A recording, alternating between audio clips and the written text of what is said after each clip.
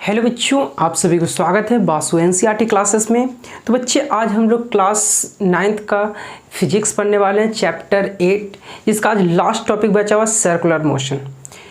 तो बच्चे video start करने से पहले आप मेरे पहले चैनल को प्लीज़ सब्सक्राइब कीजिए, लाइक कीजिए, शेयर कीजिए। तो बच्चे आज सबसे पहले क्या पढ़ने वाले हैं? Circular motion, uniform circular. Last topic uniform circular motion. उससे पहले हम पढ़ेंगे कि सर्कुलर मोशन होता क्या। ठीक है, तो सर्कुलर मोशन होता क्या है? आपको पता होगा कि सर्कुलर मोशन क्या होता है। आपको ऐसे जानकारी होगी जैसे फैन जब मूव करता है या रोटेट करता है तो एक तरह से सर्कुलर फॉर्म में होता है। फैन एक रोटेशनल मोशन है, लेकिन फैन को नहीं देखना। अगर फैन के एक सिरे पे ये एक, जिसको एक पंखी पे जो बोले, उस पर कोई ऑब्जेक्ट रख दिया जाए, किसी ऑब्जेक्ट को साट दिया जाए या किसी ऑब्जेक्ट को रख दिया जाए, उसका फैन ऑन कीजिए तो वो किस मूवमेंट में घुसेगा? सर्कुलर पाथ में। सर्कुलर पाथ में वो अपना मूवमेंट होते रहेगा या मोशन होते रहेगा। तो सर्कुलर मोशन होता क्या है? तो सर्कुलर मोशन होता है कि जैसे कि किसी भी ऑब्जेक्ट हो, कोई सा भी ऑब्जेक्ट हो, अगर जो भी ऑब्जेक्ट अपना डिस्टेंस जो ट्रेवल करा वो सर्कुलर पाथ में हो, कोई सा ऑब्जेक्ट जो डिस्टेंस ट्रेवल करा वो एक सर्कुलर पाथ में है, गोलाकार या वृत्त आकार में हो, तो उसमें समझिए कि वो सर्कुलर मोशन हो रहा है। आई बात समझ में कि सर्कुलर मोशन क्या होता है? कि कोई भी ऑब्जेक्ट एक सर्कुलर पाथ में जो अपना मोशन के थ्रू एक सर्कल की तरह फॉर्म कर दिया अपने पाथ को, वो सर्कुलर मोशन हो गया। तो सबसे पहले क्या देख रहे हैं? Circular motion.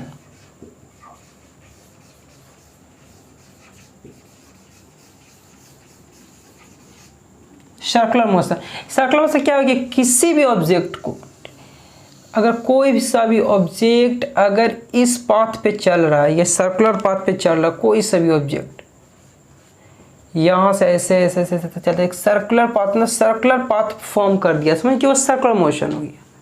ठीक है, अब इसमें आता है सर्कुलर मोशन, कुछ भी आ सकता है इसमें। स्पीड कांस्टेंट के साथ भी हो सकता है, नॉन कांस्टेंट मतलब जो कांस्टेंट ना हो, इसके साथ भी होता है। लेकिन इसमें क्या होता है कि सर्कुलर मोशन का एक दो पॉइंट को समझना पड़ेगा। जैसे पहला एक होता है एंगुलर पोजीशन। क्या होता है?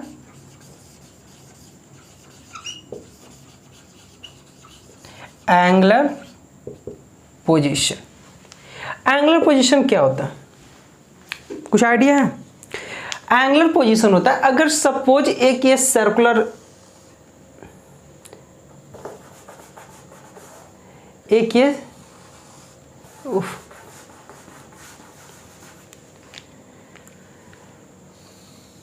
एक सर्कुलर पाथ है। ठीक है, एक सर्कुलर पाथ में क्या होता है? अगर सपोज ये सेंटर इसका है, सर्किल का ये सेंटर हो गया, तो एंगुलर पोजीशन होता क्या है?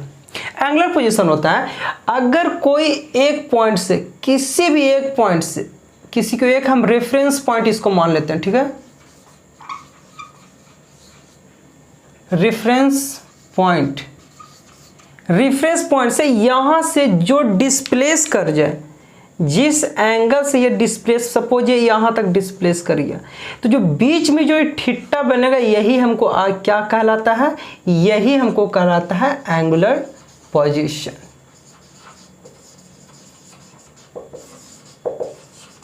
आई बात समझ? एंगुलर पोजीशन क्या कहला है? जिस सर्कुलर पाथ, जो सर्कुलर पाथ में किसी एक पॉइंट, एक ये रेडियस हो गया, रेडियस को जिस थीटा से हम शिफ्ट कर दिए, ये इस पॉइंट से हम इस पॉइंट तक लेके चले गए, तो इस बीच में कुछ थीटा बनेगा, एंगल कुछ तो बनेगा। इस पॉइंट से इस पॉइंट पर हम शिफ्ट करें तो कुछ एंगल तो बनेगा ना। जब वही एंगल जो बनता है यही एक एंगुलर पोजीशन कहलाता है। ठीक है, एंगुलर पोजीशन समझ में आ गई कि एंगुलर पोजीशन क्या कहलाता है। अब इसका नेक्स्ट हम देखते हैं कि नेक्स्ट क्या है। ये एक आता है एंगुलर डिस्टेंस। जो एंगुलर डिस्टेंस होता है, ये क्या हो गया? एक तो हो गया कि पोजीशन अपना चेंज कर दिया, वो एंगुलर पोजीशन हो गया। अगर इसी में बोला कि angular distance,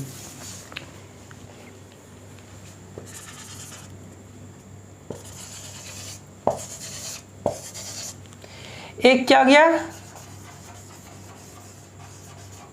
angular distance. Angular distance होता क्या? सपोज एक, ये हम एक सर्किल लिए, क्या बताएं कि एंगुलर पोजीशन क्या कि एक हम रेफरेंस पॉइंट लिए किसी भी पॉइंट, ये पॉइंट जरूर नहीं कि यहाँ होगा, ये पॉइंट कहीं भी हो सकता है, तुम यहाँ से रेफरेंस पॉइंट ले लो, यहाँ से लो, मतलब कि किसी के रिस्पेक्ट में जितना शिफ्ट हो रहा है उसके बीच जो एंगल बन रहा है वही एंगुलर पोजीशन हुआ। और इसी में अगर सपोज इस पॉइंट, इसका एक सेंटर हो गया, यहाँ से एक पॉइंट ड्रा किए, ये इनिशियल दे दिए, ये क्या ड्रा किए, ये फाइनल दे दिए, ठीक है।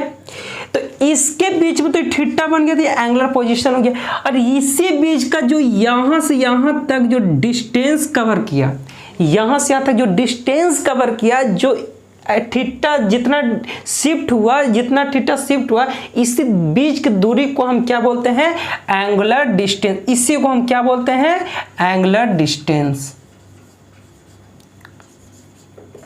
इतना समझ में आया, एंगुलर डिस्टेंस। जो भी यहां से थीटा जितना शिफ्ट हो, उसमें जितना दूरी यहां शिफ्ट हुआ, जितना दूरी शिफ्ट होने में लगा, वही एंगुलर डिस्टेंस कहलाया। आई बात समझ में। अब चलिए इसका थर्ड अब समझते हैं कि इसमें एक आता है, एक वर्ड आता है एंगुलर स्पीड, बोलिए एंगुलर स्पीड बोलिए, वेलोसिटी बोलिए, या फ्रीक्वेंसी बोलिए। एंगुलर स्पीड बोलिए, वेलोसिटी बोलिए, फ्रीक्वेंसी बोलिए। इसका जो डिनोट किया जाता है ओमेगा से किया जाता है, ठीक है। इसमें आपके बुक में क्या दिया हुआ, भी दिया हुआ है, ठीक है ना। एनसीईआरटी में क्या दिया हुआ, अभी भी दिया हुआ है, भी दिया हुआ है। ये एंगुलर स्पीड, वेलोसिटी या फ्रीक्वेंसी, ये क्या होता है। ये एंगुलर स्पीड और वेलोसिटी या फ्रीक्वेंसी बता रहा है। तो एंगुलर स्पीड, ऐसे स्पीड इज इक्वल टू क्या आप लोग जानते हैं, स्पीड इज इक्वल टू, आपको जनरली जो जाना जाता है, speed is equal to distance upon time. Speed is equal distance upon time, चाहे एंगुलर स्पीड बोलिए, चाहे एंगुलर वेलोसिटी बोलिए, या एंगुलर फ्रीक्वेंसी बोलिए, ठीक है। ये डिस्टेंस बाई टाइम कहलाता है कि नहीं। अब जब डिस्टेंस एंगुलर स्पीड बोलिए तो इसका एंगुलर डिस्टेंस मेजर करेंगे। तो एंगुलर डिस्टेंस, अगर हमको स्पीड टोटल मेजर करना है तो एंगुलर डिस्टेंस हम लेंगे, तो एंगुलर डिस्टेंस कितना आ जाएगा, इसी को हम लिख सकते हैं, इसी को लिख सकते हैं इज इक्वल टू एंगुलर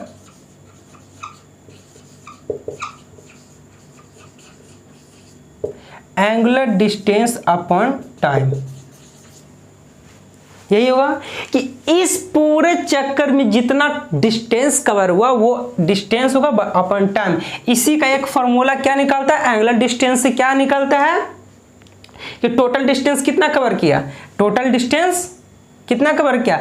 तो ये सरकमफ्रेंस जो एंगुलर डिस्टेंस, इसको हम लिखते हैं सरकमफ्रेंस ऑफ सर्किल। तो सरकमफ्रेंस ऑफ सर्किल कितना होता है, 2πr। अगर आउटर पाथ को मेजर करते हैं तो सरकमफ्रेंस सर्किल के आउटर पाथ को सरकमफ्रेंस कहते हैं। उसको सरकमफ्रेंस को अगर मेजर करते हैं तो आप लोग क्या करते हैं, 2π है, 2π निकालने से उसका आउटर पाथ का बाउंड्री का लेंथ निकल जाता है। तो 2πr डिवाइडेड बाई टाइम, ये आपका आता है क्या, स्पीड, जिसको बोलते हैं 2πr बाई टाइम। यही आपका स्पीड हो गया।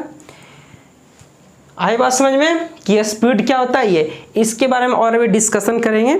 चलिए इतना आपको समझ आया है कि एंगुलर पोजीशन क्या होता है, एंगुलर डिस्टेंस क्या होता है, और एंगुलर स्पीड, वेलोसिटी या फ्रीक्वेंसी क्या होता है, ठीक है। चलिए अब इसका नेक्स्ट समझिए।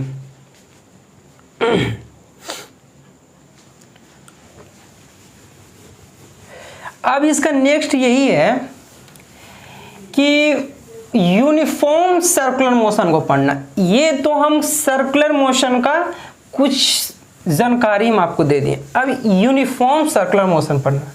यूनिफॉर्म सर्कुलर मोशन होता क्या है, ठीक है। हमें तो पता है कि सर्कुलर मोशन क्या होता है भाई। तो सर्कुलर मोशन किसी भी सर्कुलर ऑर्बिट या सर्कुलर पाथ में जो भी ऑब्जेक्ट मूव करे वो सर्कुलर मोशन हुआ। जैसे सन के अराउंड हमारा अर्थ मूव कर रहा है तो वो भी एक सर्कुलर पाथ हुआ, ठीक है। जैसे हमारे मून के चारों तरफ सैटेलाइट मूविंग कर रहा है या मूव कर रहा है तो वो भी एक सर्कुलर ऑर्बिट पे। तो इसी तरह से हुआ कि सर्कुलर ऑर्बिट पे सर्कुलर पाथ पे जो भी ट्रेवल करे वो सर्कुलर मोशन है, ठीक है। अब इसी पर क्या पढ़ना, यूनिफॉर्म सर्कुलर मोशन।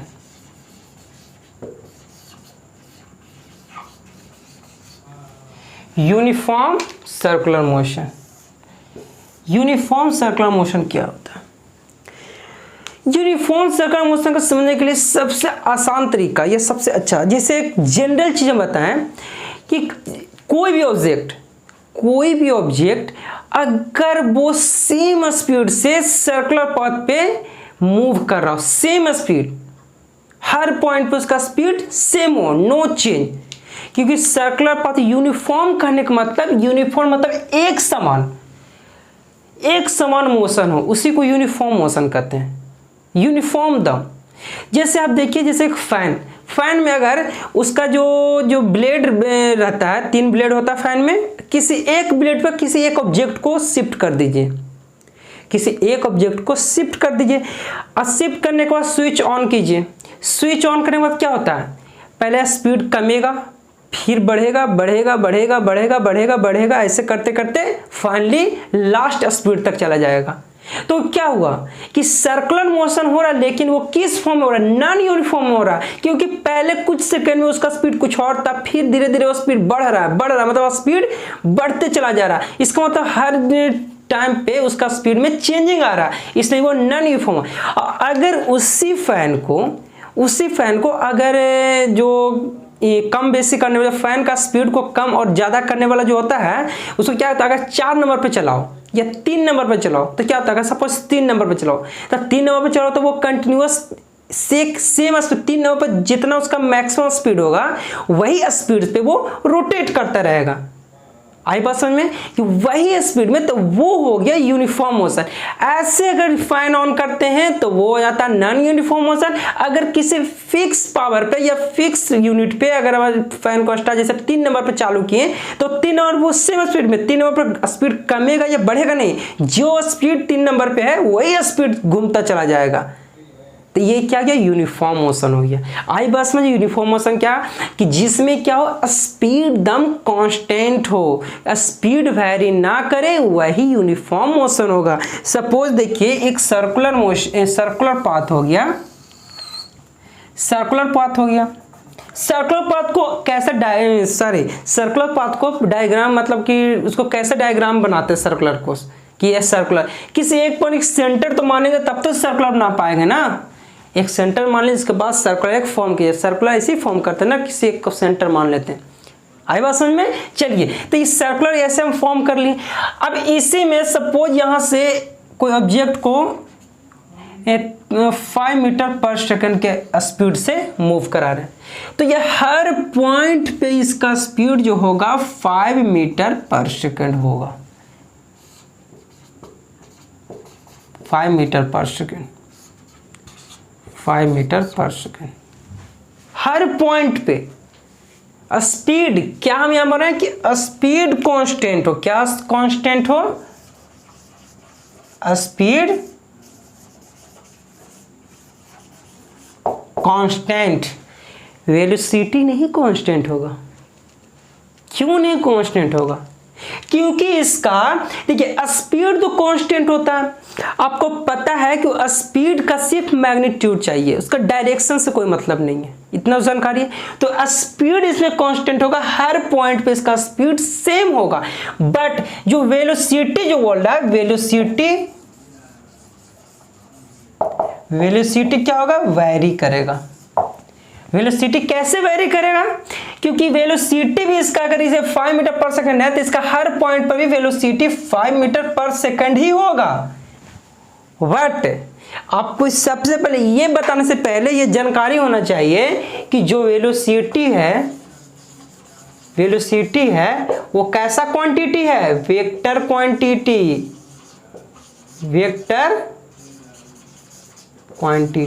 वेलोसिटी कैसा क्वांटिटी है, वेक्टर क्वांटिटी। वेक्टर क्वांटिटी का क्या होना चाहिए, वेक्टर क्वांटिटी में क्या होना चाहिए, एक मैग्नीट्यूड होना चाहिए। क्या होना चाहिए बच्चे, मैग्नीट्यूड होना चाहिए और प्लस में डायरेक्शन।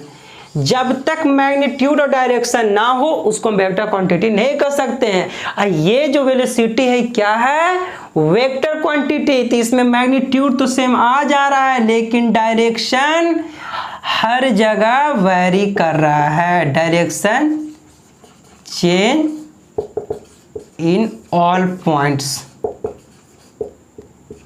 मतलब डायरेक्शन हर पॉइंट पे चेंज किए जा रहा है। इससे ये समझ में आ रहा है कि डायरेक्शन हर पॉइंट पे चेंज होता जा रहा है। जैसे अब डायरेक्शन चेंज का मतलब, इस सर्कुलर से पहले कुछ एग्जांपल को समझिए कि कैसे।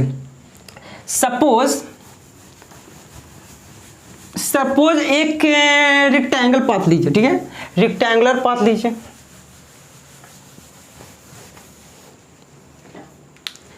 क्या लीजिए, एक रेक्टेंगुलर पाथ लीजिए।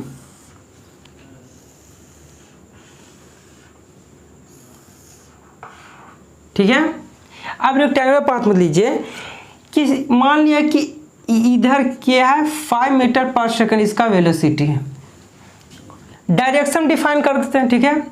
ये नॉर्थ हो गया, south, east, waste, 5 metre per second. इस पॉइंट पे जाने के बाद ये 5 मीटर कौन सा है, ईस्ट डायरेक्शन।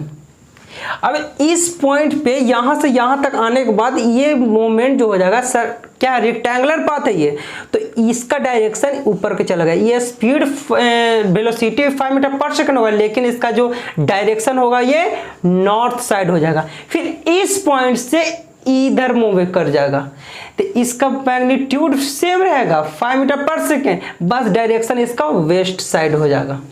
अब इस पॉइंट से इसका डायरेक्शन ऐसा, मैग्नीट्यूड इसमें भी सेम 5 मीटर पर सेकेंड लेकिन डायरेक्शन क्या हो जाएगा, साउथ साइड हो जाएगा।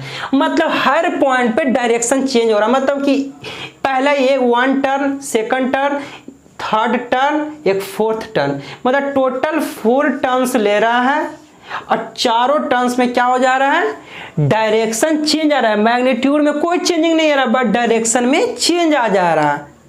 ठीक है, डायरेक्शन में चेंज आ रहा है मतलब हर पॉइंट पर तो डायरेक्शन में चेंज आ रहा है। अब इस रेक्टेंगुलर पाथ में देख लेते हैं। अब हम हेक्सागोनल समझ रहे हैं, जिसकी 6 भुजा हो। हेक्सागोनल किसको बोलते हैं, जिसकी साइड 6 साइड हो। अब हेक्सागोनल में देख लेते हैं कि हेक्सागोनल में क्या होता है कि इसमें तो 4 साइड निकल रहा था। अब हेक्सागोनल में क्या होता है,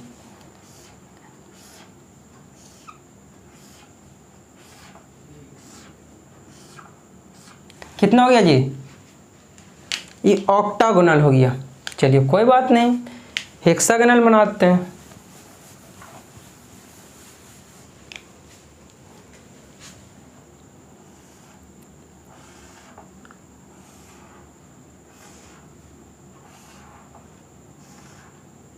ये हेक्सागोनल हो गया, ठीक है।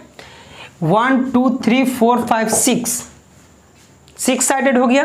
अब हेक्सागोनल में क्या होता है कि अगर सब इसमें भी वही कि इस डायरेक्शन में जा रहा है, इसमें कुछ एक मतलब कि 5 मीटर पर सेकंड के आसपास, इसका डायरेक्शन कुछ और होगा, इस डायरेक्शन में जाएगा, ये भी 5 मीटर, मतलब मैग्नीट्यूड हर पॉइंट पे सेम हो रहा है बट क्या हो रहा है, डायरेक्शन इसका जो हो रहा है, डायरेक्शन जो हो रहा है हमेशा चेंज, हर पॉइंट पर डायरेक्शन क्या हो रहा है, चेंज हो रहा है। ये तो आपको हो गया हेक्सागोनल में। अगर सपोज ऑक्टागोनल में देखा जाए तो ऑक्टागोनल में भी वही होता है कंडीशन। जैसे ये ऑक्टागोनल बना है,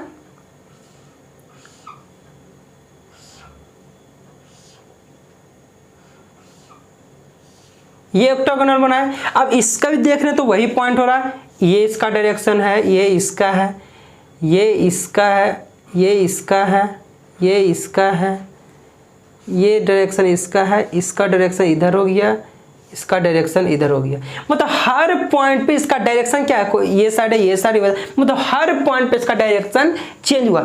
अब इसी को और बड़ा करते जाए, और बड़ा करते जाए, और बड़ा करते जाए, तो फाइनली हमको एक सर्कुलर फॉर्म होगा। अगर इसका 10 करेंगे, इसका 8 साइड हो गया, अब 10 साइड करेंगे तो और कुछ सर्कुलर टाइप का बनेगा। इसके बाद 12, 100, इन्फिनिटी, इन्फिनिटी तक कर देंगे। इन्फिनिटी तक करते जाएंगे तो क्या एक हमको ऐसे दम इस तरह से फॉर्म हो जाएगा ना, इस तरह से फॉर्म। इसका हर पॉइंट पर डायरेक्शन चेंज हो रहा है, मैग्नीट्यूड हर जगह सेम है, 5 मीटर पर सेकेंड हर जगह लिए हैं, ठीक है, हर जगह, लेकिन डायरेक्शन में चेंज आ रहा है। उसी तरह अगर इसी तरह हम बहुत से ज़्यादा साइड का में फॉर्म करेंगे तो किस टाइप का फॉर्मेशन होगा, बहुत ज़्यादा लाइन का हम एक डायग्राम शो करेंगे तो वो एक सर्कुलर पाथ में आ जाएगा।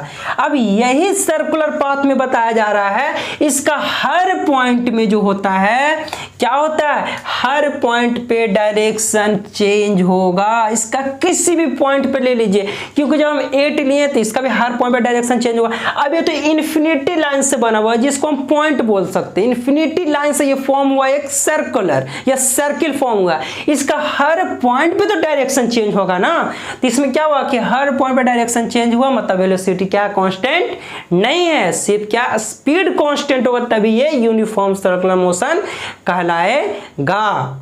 आई बात समझ में। चलिए अब इसमें जो होता है कि इसका ऑल डायरेक्शन को देख लिया जाए।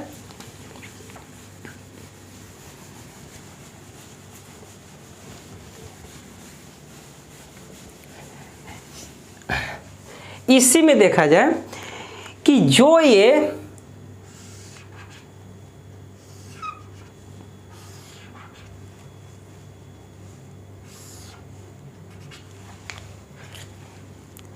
हर पॉइंट पे क्या हुआ, डायरेक्शन चेंज होगा हर पॉइंट पे। तो इसको हम लिख सकते हैं, क्या हम लिख सकते हैं कि ये हम मान लें कि V1 मान लेते हैं, इसको V1, V2, V3, V4, ठीक है। तो इसको हम बोल सकते हैं कि V1 not is equal to V2 not is equal to V3 not is equal to V4। But जो स्पीड हुआ V1 is equal to V2 is equal to V3 is equal to V4। इसको हम क्या चीज बोल रहे हैं, ये स्पीड बता रहे हैं हम। स्पीड क्या हुआ, V1 V2 V3 V4 is equal सब सेम होगा, बट जो वेलोसिटी ये क्या हो गया, वेलोसिटी क्या हो गया हमको हर पॉइंट पे डिफरेंट, क्योंकि डायरेक्शन इसका हर पॉइंट पे चेंज हो रहा है, तो ये हमें डिफरेंस आ गया। ठीक है, आई बात समझ में। चलिए अब इसका हम नेक्स्ट समझते हैं कि देखिए जो स्पीड होता है, ठीक है, स्पीड जो होता है किसी भी ऑब्जेक्ट का अगर स्पीड निकालना हो तो हम लोग क्या करते हैं, स्पीड जो होता है speed is equal to distance upon time करते हैं कि नहीं करते हैं। स्पीड जो होता है वो क्या, डिस्टेंस अपॉन टाइम करते हैं। क्यों, क्योंकि अगर हमको स्पीड निकालना तो जितना डिस्टेंस कवर किए जितना टाइम पे अगर उससे हम डिवाइड कर दें तो उसका स्पीड निकल जाएगा। अगर उसी सपोज एक सर्कुलर पाथ को दिया है, इस सर्कुलर पाथ को स्पीड निकालना है तो हम कैसे निकालेंगे, तो बस सर्कुलर पाथ का जो आउटर बाउंड्री है उसका हम डिस्टेंस निकालेंगे और जो हमको टाइम इतना कवर करने में इस पॉइंट से पूरा रोटेट करते फिर इसी पॉइंट पर आने में जितना समय लगेगा वो टाइम से डिवाइड कर देंगे तो हम क्या निकल जाएगा, हमको स्पीड निकल जाएगा। तो जो डिस्टेंस क्या होगा, S is equal to distance, circumference is equal to क्या था, circumference is equal to 2 pi are divided by time. ये इसी फॉर्मूला से 9th का ऑल न्यूमेरिकल बनेगा, इसके अलावा कुछ नहीं लगेगा। इस सर्कुलर, इस फॉर्मूला से सर्कुलर मोशन का बता रहे हैं, ये मत समझना कि एलएम वगैरह का, एनएलएम का। ये इस फॉर्मूला से 9th का सर्कुलर मोशन का जितना भी क्वेश्चन है 9th लेवल का सिर्फ इस फॉर्मूला से बनेगा, 2 pi r by t, s is equal to 2 pi r by t. अगर ये कब होगा, ये कब होगा, जब क्या होना चाहिए, जब स्पीड जब कांस्टेंट हो तो ये कब होगा, जब स्पीड कांस्टेंट हो तो। अगर सपोज स्पीड कांस्टेंट, अगर एक्सेलरेशन भी हो, एक्सेलरेशन अगर हो तो ये फार्मूला वैलिड नहीं होगा। जब ये एक्सेलरेशन प्रेजेंट हो तो कौन सा फार्मूला लगेगा, इक्वेशन ऑफ मोशन का 3 फॉर्मूला जो हम बताए थे वही लगेगा। कौन कौन सा बताए थे, s is equal to u t plus half a t square, v square minus u square is equal to 2as, अब v is equal to u plus a t. मतलब जब एक्सेलरेशन जब प्रेजेंट हो तो ये फॉर्मूला नहीं वैलिड करेगा, S is equal to D T. ये कौन सा, इक्वेशन ऑफ मोशन का। अब तुम पे डिपेंड है कि इक्वेशन ऑफ मोशन का कौन सा इक्वेशन कब यूज करना। अब तो ये हम नहीं ना बताएंगे, ये तो आपको क्वेश्चन देकर आप कॉपी कलम जितना आप यूज कीजिएगा तभी आप बना पाइएगा ना। अब इक्वेशन ऑफ मोशन का कौन सा इक्वेशन कौन सा क्वेश्चन में, आप पहले बनाइए तो सही, अब बनाकर देखिए तो आप कॉपी कलम निकाल के बनाना स्टार्ट कीजिए तभी क्वेश्चन सोल्व होगा। जितना प्रैक्टिस कीजिएगा उतना ही सोल्व होगा। ये जो हम बोर्ड पर बता रहे हैं ये सिर्फ मेरी प्रैक्टिस की है, ठीक है, ये हमें बेनिफिट दे रहा है।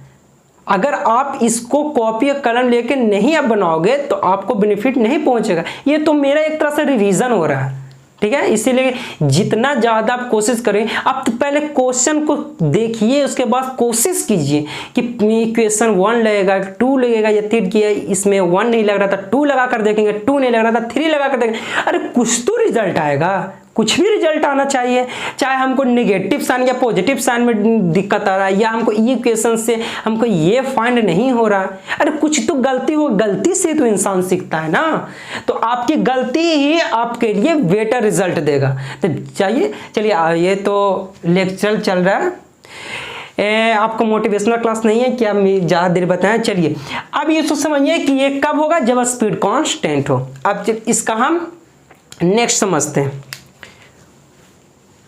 जब इसी में अगर सपोज अगर इंस्टेंटेनियस वेलोसिटी समझते हैं,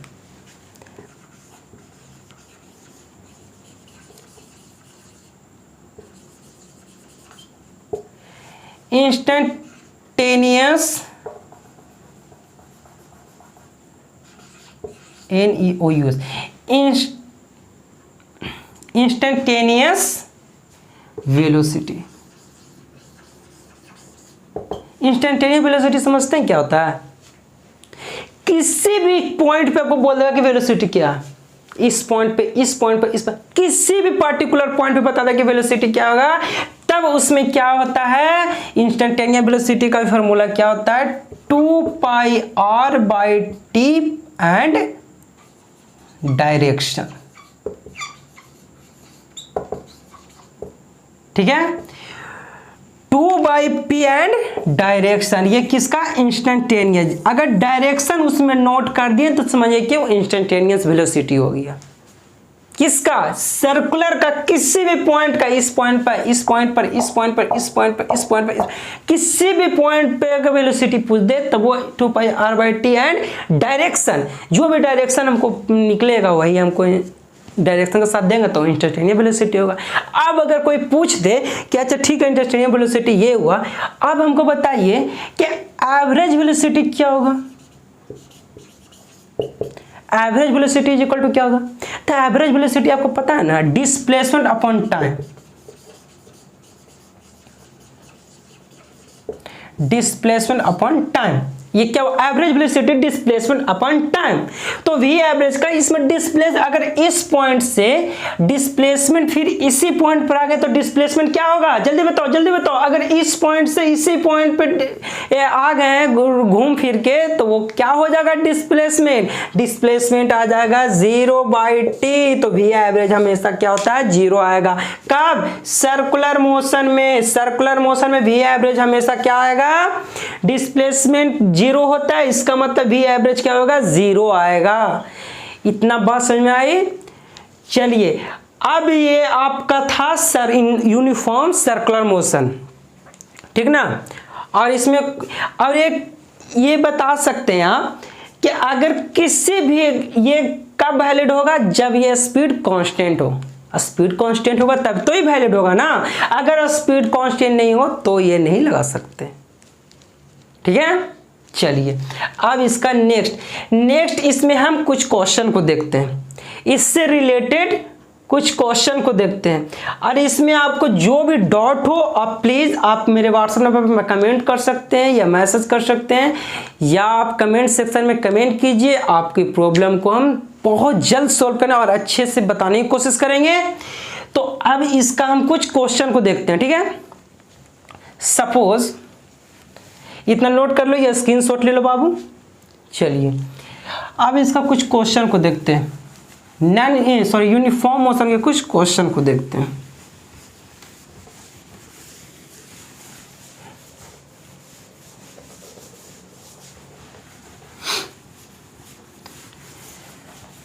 यूनिफॉर्म मोशन में क्या बोलता है कि स्पीड क्या होना चाहिए, शिफ्ट कांस्टेंट। यस, एक ही चीज को 9th के लिए बस इतना ही था कि बस यूनिफॉर्म मोशन क्या था, स्पीड कांस्टेंट हो, वेलोसिटी कांस्टेंट नहीं होना चाहिए, या नहीं होगा, होना नहीं चाहिए, नहीं होगा, किसी भी हालत में वेलोसिटी कांस्टेंट नहीं होगा। क्यों नहीं होगा, क्योंकि हर पॉइंट पे इसका डायरेक्शन चेंज होता है, और डायरेक्शन चेंज होने का मतलब क्या हुआ कि वेलोसिटी में चेंजिंग आ रहा है। जैसे एक क्वेश्चन है कि एक कार एक सर्कुलर पाथ पे, ये क्वेश्चन लिख देते हैं।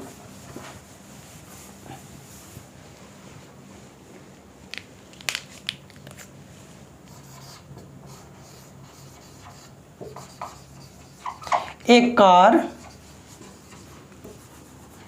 moving around a circular path with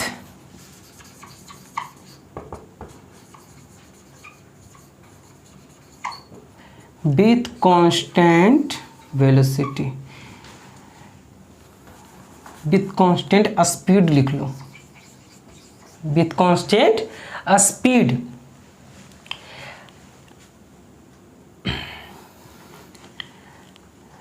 the radius of circle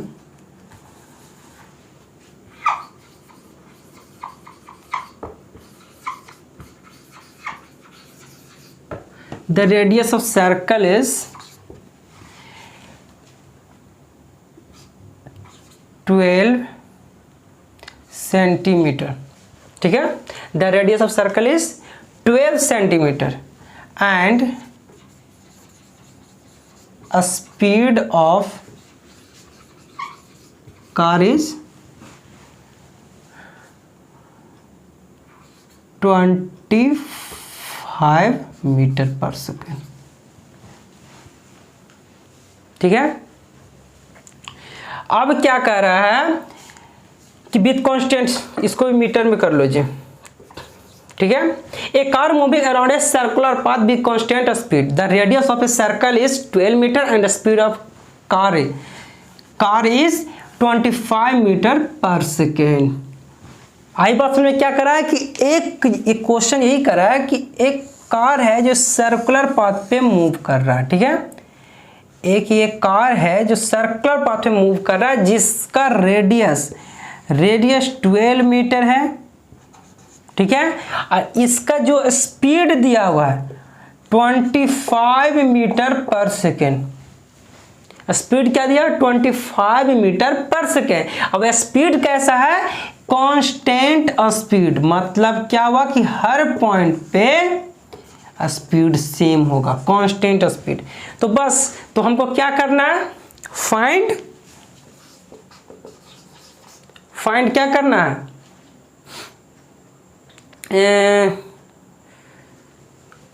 find time. ठीक है, कि find time taken complete 1 revolution। 1 revolution या 1 सर्कल। मतलब कि टोटल टाइम क्या लगेगा इस पूरे जर्नी को कंप्लीट करने में। स्पीड कितना दे रहा है 25 metre per second, constant speed. और ये क्या है डायमीटर, रेडियस इसका कितना है 12 मीटर। तो अब हमको पता कि पूरे एक चक्कर लगाने में टोटल टाइम हमको कितना ले रहा है। तो कैसे निकालेंगे, बहुत ही आसान है। बस क्वेश्चन देखिए, क्वेश्चन को देखना, अरेंज करना सीखना। क्वेश्चन कोई हार्ड नहीं होता है, बस क्वेश्चन को अरेंज करना सीखना। तो बस इस क्वेश्चन को क्या एकदम simple formula S is equal to distance upon time, जिसका डिस्टेंस कितना था 2 pi are divided by T. अब इसी को लिख सकते हैं, टी को ये साइड लेकर चलाइए तो T is equal to 2 pi are divided by s. आई बात समझ में। अब इस पे वैल्यू, जो भी वैल्यू पुट कीजिए और आंसर निकालिए। जैसे 2 इसमें लिख लीजिए पाई का value, pi is equal to 22/7, आपको तो पता ही होगा, ठीक है। तो इसका वैल्यू यहां पर लिखे तो क्या हुआ 2 into 22/7 into 12 divided by displacement कितना है जी, एस कितने, सॉरी स्पीड कितना है, स्पीड 25, ये 25। अब इसको सोल्व कीजिए तो कितना आ जाएगा, सोल्व कीजिएगा तो कितना आ जाएगा, जो भी सोल्व करने के बाद जो आएगा आपका ये क्या आ जाएगा, time is equal to X answer. आपको सोल्व हो जाएगा ना, अरे सोल्व हो जाएगा ना। चलिए सोल्व कर देते हैं। तो अब इसको सोल्व करने के लिए क्या करना है, सबसे पहले मल्टीप्लाई कीजिए। इसको मल्टीप्लाई के वैल्यू थोड़ा छोटा ले लेते हैं, ठीक है ना, मल्टीप्लाई थोड़ा सा दिक्कत हो जाएगा। इसका वैल्यू छोटा रख लीजिए, जैसे यहाँ पर रख लीजिए 12 की जगह पर रख लीजिए कितना 12 ना, तो इसको 7 रख लीजिए और इसकी जगह पर कितना रख लीजिए, इसके बाद चल 25 ही रहने दीजिए, ठीक है। सिर्फ ये हम 12, सिर्फ इसको हम 12 मीटर, बस कुछ भी वैल्यू कुछ भी रख सकते हैं, बस हम सिंप्लीफाई आसान से हो जाए इसके लिए हम कर रहे हैं ऐसा, ठीक है। तो अब यहाँ पे क्या आ जाएगा, 12 की जगह पे क्या आ जाएगा 7 आ जाएगा, यहाँ पे 7 से 7 कैंसिल आ गया। अब कितना आ जाएगा 24/25, 44/25। तो अप्रोक्स जो टाइम आ जाएगा वो टाइम कितना आ जाएगा, डिवाइड कीजिए 25 डिवाइडेड बाई 44, 125, 1908 7 जा 17550,